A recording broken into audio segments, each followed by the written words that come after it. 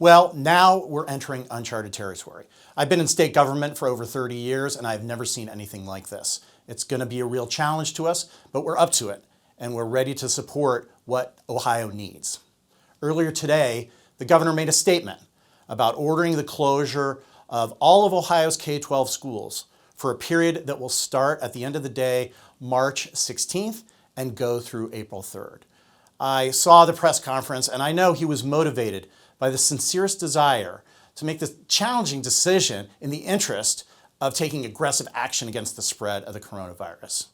It's the right thing for us to do as Ohioans, but now it's up to us to figure it out, to make it work, and continue moving forward.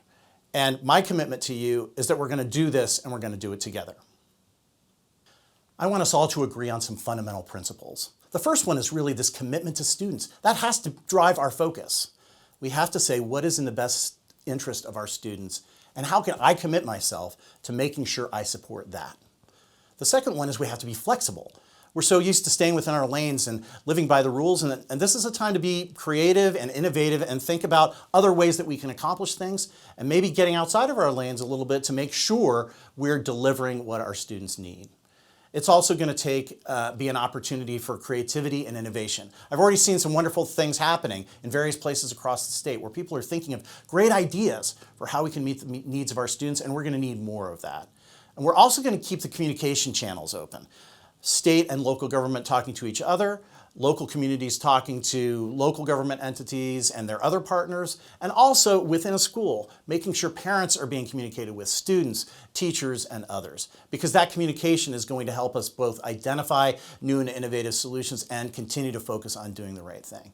And finally, we need to make sure that we're engaging everybody. This is going to be everybody's business. So how do we get businesses and local government entities and philanthropies to partner with us and help us in the work that we have ahead to achieve success?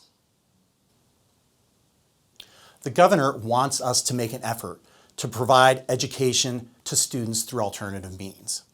This is going to mean different things in each school and district. The point is we have to be creative and innovative to do what we can for our students with what we have to work with.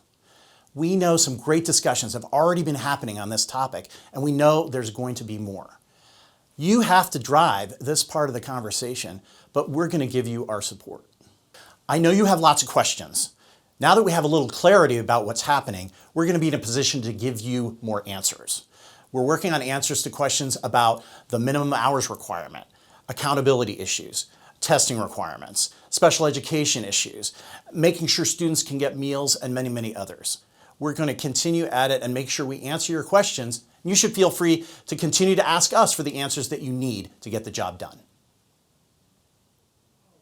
We've also received some good news today from two federal agencies that are granting us some of the flexibility that we need. First, the U.S. Department of Education has granted us waivers that relate to students who may not be in attendance. So that will impact our absenteeism metric on our accountability system and also the student participation measures that we use.